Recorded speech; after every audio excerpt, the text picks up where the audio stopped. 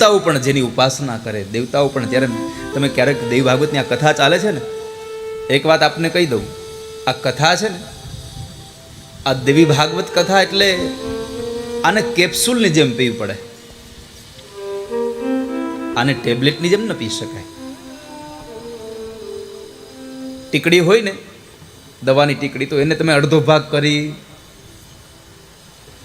અડધાનો અડધો કરીને તમે પી શકો તો તમને અસર થાય, પણ કેપ્સ્યુલ તો તમારે આખી જ પીવી પડે. એમ દેવી ભાગવતની કથા બહુ બહુ એટલે બહુ ગુઢાર્થ ભરેલી છે.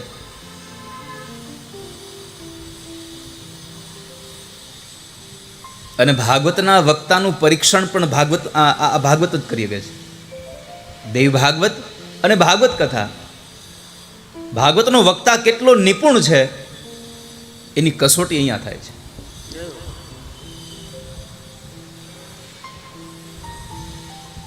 શ્રીમદ ભાગવતની કથા તો આપે વારંવાર સાંભળી છે, એટલે તમે કદાચ અધવચ્ચેથી 5મા દિવસે આવો, 3જા દિવસે આવો, 6ઠા દિવસે આવો, તમને સમજાઈ જાય. પણ દેવી ભાગવતની કથા એક એવી છે કે એને પહેલા દિવસથી લઈ અને અંતિમ દિવસ સુધી તમે સાંભળો ત્યારે તમને ખબર પડે કે ઓહો, આમાં તો આવી કથાઓ આપી છે. અને માના અપાર પરચાઓથી, માની અપાર કૃપાઓથી ભરેલો આ ગ્રંથ છે. જેમ શ્રીમદ ભાગવત ભગવાન શ્રી હરિનું વાંગમય સ્વરૂપ છે, ભગવાન દ્વારિકાધીશનું વાંગમય સ્વરૂપ છે, એમ શ્રીમદ દેવી ભાગવત પણ માં ભુવનેશ્વરીનું, માં દુર્ગાનું આ વાંગમય સ્વરૂપ છે, જેની ઉપાસના માટે આપણે અહીંયા ભેગા થયા છીએ. અને અહીંયા તો માની જેટલી કૃપા વરસશે એટલી આપણે એના ગુણાનુવાદ ગાઈ શકીએ. બાકી એના ગુણાનુવાદ ગાવા માટે આપણી કઈ તાકાત છે? આપણી કઈ તાકાત છે? અગત્ય ઋષિએ કાર્તિક મુનિને કહ્યું કે ભગવાન, મને દેવી ભાગવતનો મહિમા સંભળાવો ને, કંઈક મને એનું મહાત્મ્ય સમજાવો, મને એનું મહાત્મ્ય સંભળાવો. અને ત્યારે કાર્તિકેય મુનિ એમ બોલ્યા છે, ષડમુખ વાળા કાર્તિકેય, જેને 6 મુખ છે. બ્રહ્માને 4 મુખ, ભગવાન શિવને પંચવક્ત્ર એટલે 5 મુખ, કાર્તિકેય ષડમુખ છે. અને ષડમુખ વાળા એ કાર્તિકેય એમ કહે છે કે અરે મહારાજ, અરે મુનિવર, હું દેવી ભાગવતની આ મહાત્મ્યને હું શું વર્ણવી શકું, પણ દેવીની કૃપાથી હું તમને થોડોકનો સારાંશ કહી બતાવું. હું સંપૂર્ણ કથા તમને ન ગાઈ શકું. ભગવાન બ્રહ્માદિક દેવતાઓ પણ જેનો પાર ન પામી શકે, એના ગુણાનુવાદને ગાઈ ન શકે. અને કદાચ 4 મુખ વાળા ભગવાન બ્રહ્મા, પંચવક્ત ભગવાન મહાદેવ, ષડમુખ વાળા ભગવાન કાર્તિકેય, અરે આ બધા તો ઠીક છે, પણ 1000 મુખ વાળા ભગવાન શ્રેષ્ઠ નારાયણ પણ જો ભગવાનની ભગવતીની ગાથા ગાવા બેસે તો પણ મહામાયાની આ કથાનો પાર ન પામી શકે, એટલી અનંત છે આ કથા. તો આપણે તો 1 મુખ વાળા છીએ, શું ગુણાનુવાદ ગાશું એમાં? પણ માની જે કૃપા થશે, માના ગુણાનુવાદ જે ગવાશે, એટલા શારદીય નવરાત્રિમાંથી આપણે એના ગુણાનુવાદને ગાશું. એટલે તો ચંડીપાઠમાં લખ્યું છે, યસ્યા પ્રભાવ મતુલમ ભગવાનંતો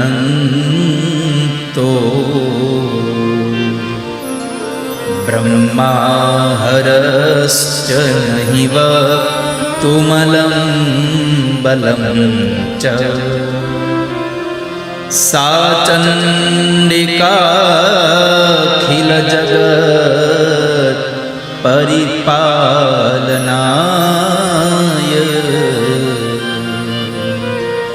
નાશાય ચાશુભભય સ્યમતિં કરોતુ. માં, તમારી આ તેજસ્વીતાનો, તમારી કૃપાનો, તમારી કરુણાનો એટલો પાર છે, એટલો પ્રભાવ છે. યસ્યા પ્રભાવ મતુલમ ભગવાન અનંતો, શકરાદે સ્તુતિમાં લખ્યું છે, ચંડીપાઠમાં. માં, જેમના અનુપમ પ્રભાવનું અને બળનું વર્ણન કરવાને માટે ભગવાન શેષનાગ, ભગવાન બ્રહ્માજી, અરે ભગવાન મહાદેવ પણ સમર્થ નથી. બ્રહ્મા હરસ્ય નહિ વક્તુમલમ બલમ ચ. ભગવાન બ્રહ્મા પણ નહીં, ભગવાન મહાદેવ પણ નહીં, તમારા ગુણાનુવાદને, તમારા બળને વર્ણન ન કરી શકે. તો અમે તો હે ભગવતી શું તમારા ગુણાનુવાદ ગાઈએ? છતાં પણ અમે કહીએ છીએ કે માં, અમે તમારા ગુણાનુવાદને ગાવા બેઠા છીએ. સા ચંડિકાખિલ જગત પરિપાલનાય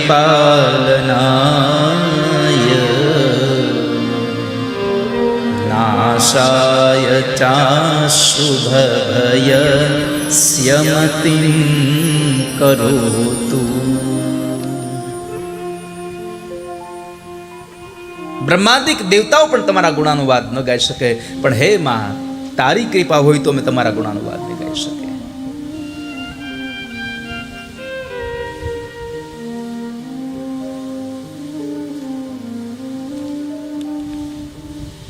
ભગવાન આદિ શંકરાચાર્ય પણ આનંદ લહેરીમાં એમ કીધું કે ચાર મુખ વાળા બ્રહ્મા, પંચવક્ત ભગવાન મહાદેવ, ષડમુખ ભગવાન કાર્તિકેય અને 1000 મુખ વાળા શેષ નારાયણ પણ જો માની ગુણાનુવાદને ગાવા બેસે તો પણ એનો અંત ન આવે, એવા એવા મહિમા વાળી છે મા જગદંબા.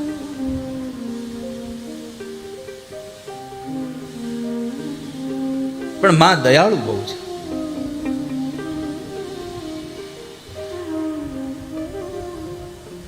નવ દિવસનું અનુષ્ઠાન હોય અને એ 9 દિવસના અનુષ્ઠાનમાં જેટલું બને તેટલું માં જગદંબાની ઉપાસના કરવી.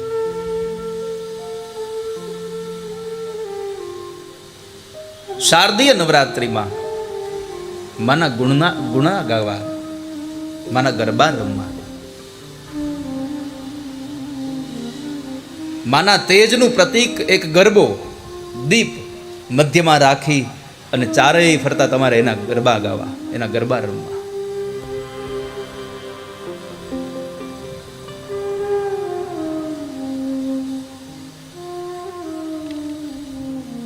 તો આજ તો તમે અહીંયા સ્વયં આમ તમે જોવા જાઓ તો બહુ ભાગ્યશાળી છો. તમે સંપુટમાં છો.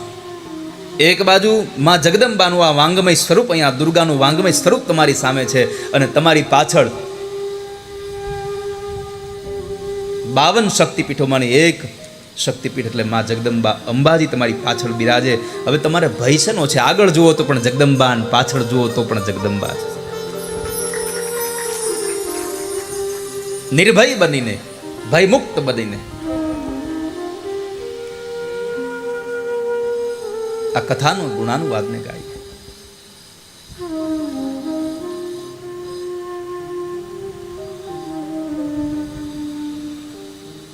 શ્રીમદ દેવી ભાગવત વ્યાસજીએ જેની રચના કરી છે. દેવી ભાગવતમાં એમ કહ્યું છે, મહાપુરુષો એમ કહે છે, મહાવક્તાઓ એમ કહે છે કે તમે આ દરેક ગ્રંથનું તમે વાંચન કરો, પણ વાંચનના પ્રારંભમાં ભગવાન વ્યાસને નમસ્કાર ન કરો તો તમારું વાંચન નિષ્ફળ જાય છે. એટલે શાસ્ત્રીજી કહ્યું, નમો વ્યાસ વિશાલ બુદ્ધે ફુલ્લાર વિંદાય તપત્ર નેત્ર યેન ત્વયા ભારત તૈલ પૂર્ણ પ્રજ્વાલિતો જ્ઞાનમય પ્રદીપ.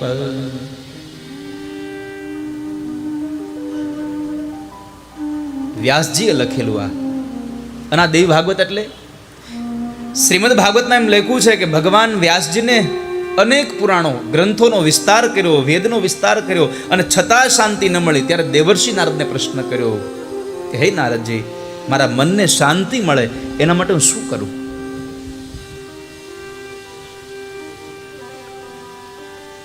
એના માટે હું શું કરું?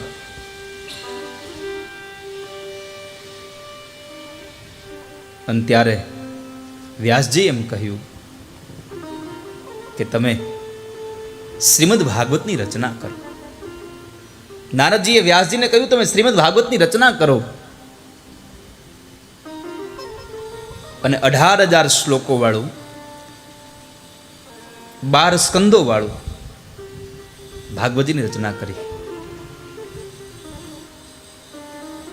પણ ભાગવતની રચના કરી 18 પુરાણોમાં સૌથી છેલ્લું પુરાણ જો કોઈ લખ્યું હોય તો શ્રીમદ દેવી ભાગવત લખ્યું છે. 18 પુરાણોમાં શ્રીમદ દેવી ભાગવત લખ્યું.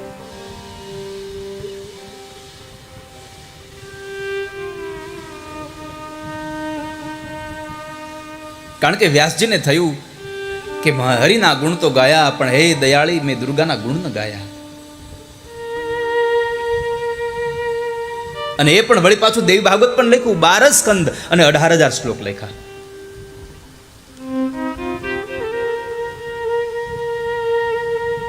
જેમ આપણા આ સમયના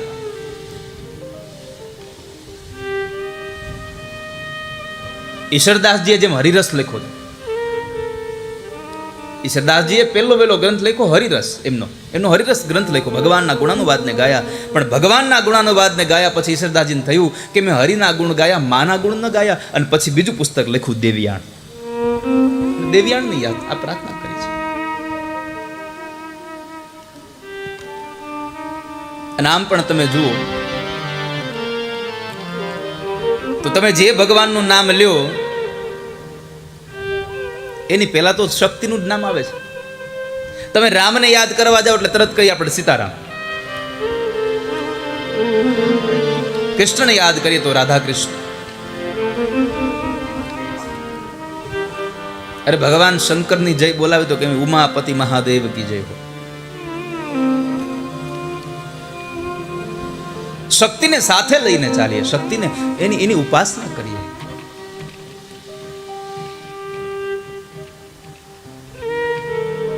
અને શક્તિ વગર ક્યાં કાંઈ દુનિયામાં છે? આપણે નથી કહેતા જરાક આમ આપણી કંઈક તબિયત ખરાબ થઈ નથી કહેતા હમણાં શરીરમાંથી હાવ શક્તિ વહી ગઈ છે.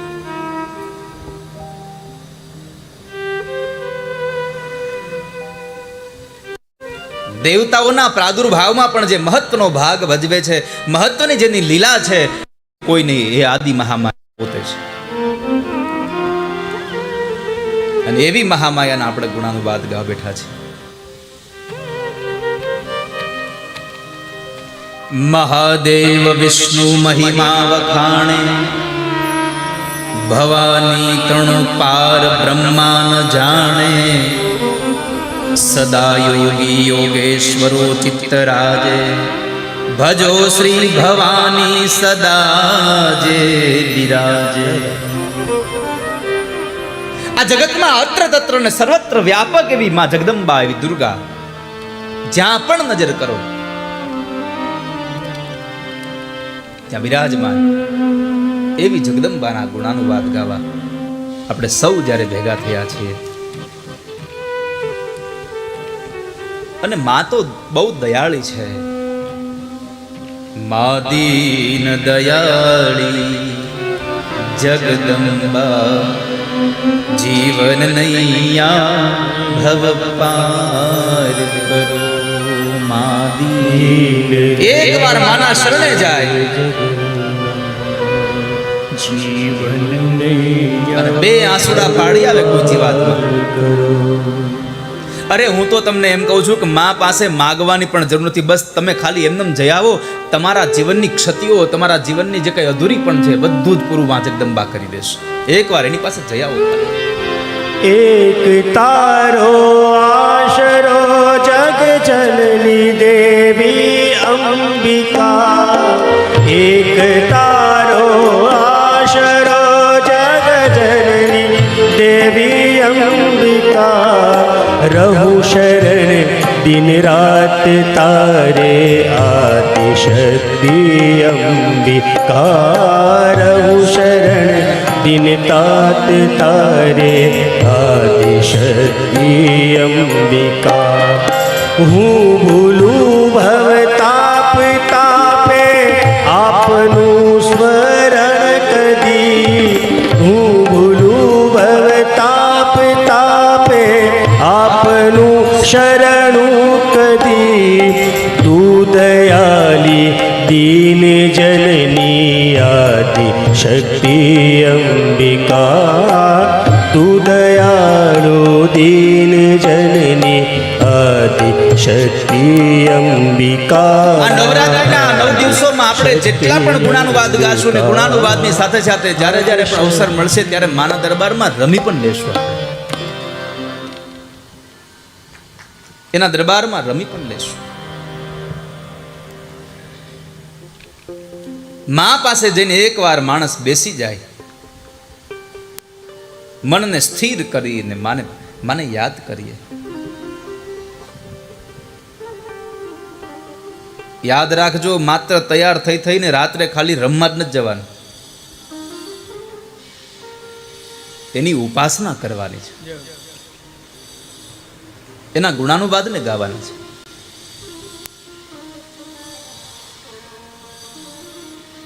પેલા તો એક સમય હતો કે ત્યારે માત્ર ગરબાઓ જ રમાતા હતા, અને એ પણ શિસ્તબદ્ધ.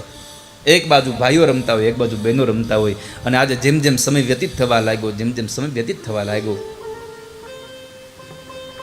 તેમ ગરબા બંધ કરીને હવે ડિસ્કોય લાગી જાય બધા. પણ આપણે અહીંયા આ 9 દિવસ માના ગુણાનુવાદ ગાશું. આ માની આ મૂર્તિની સામે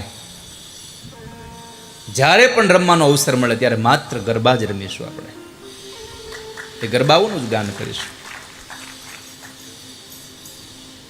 તો માના ગુણાનુવાદ ગાવા છે, અને મા સિવાય ગતિ પણ ક્યાં છે? એટલે તો કહ્યું ગતિસ્ત્વં ત્વમેકા.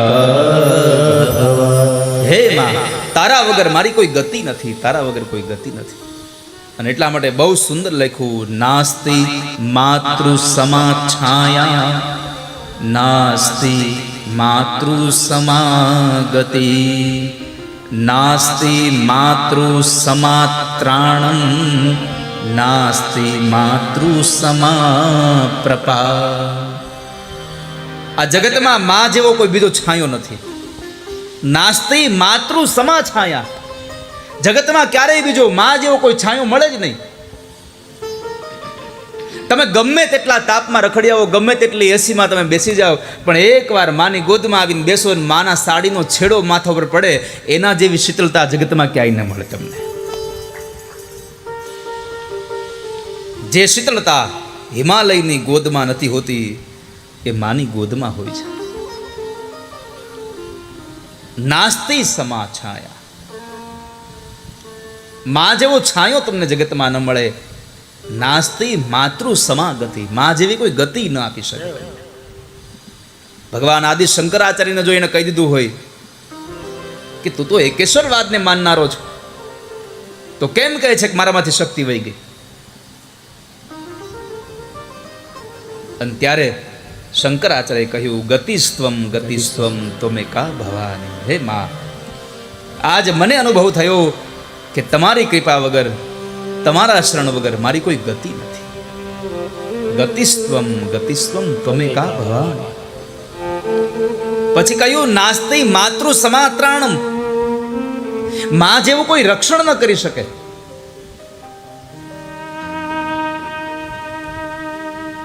દેવતાઓએ જ્યારે જ્યારે પણ અસુરો સાથે યુદ્ધ કર્યા અને જ્યારે જ્યારે દેવતાઓ હાર્યા છે, અને ત્યારે ત્યારે શું કર્યું? એને માં જગદંબાને યાદ કર્યા છે. હે માં, હે દુર્ગા, હે ભવાની, તમે કૃપા કરો, તમે કૃપા કરો. અને ત્યારે ત્યારે માતાજીએ પ્રાગટ્ય ધર્યું છે. માએ અવતારને ધારણ કર્યો અને અસુરોને માર્યા છે. તો રક્ષણ પણ માં કરે છે, અને માં જેવું રક્ષણ બીજે ક્યાંય નથી. અને છેલ્લે કહ્યું, નાસ્તિ માતૃ સમા પ્રપા. આ જગતમાં માં જેવું બીજું કોઈ પરબય નથી વાલા.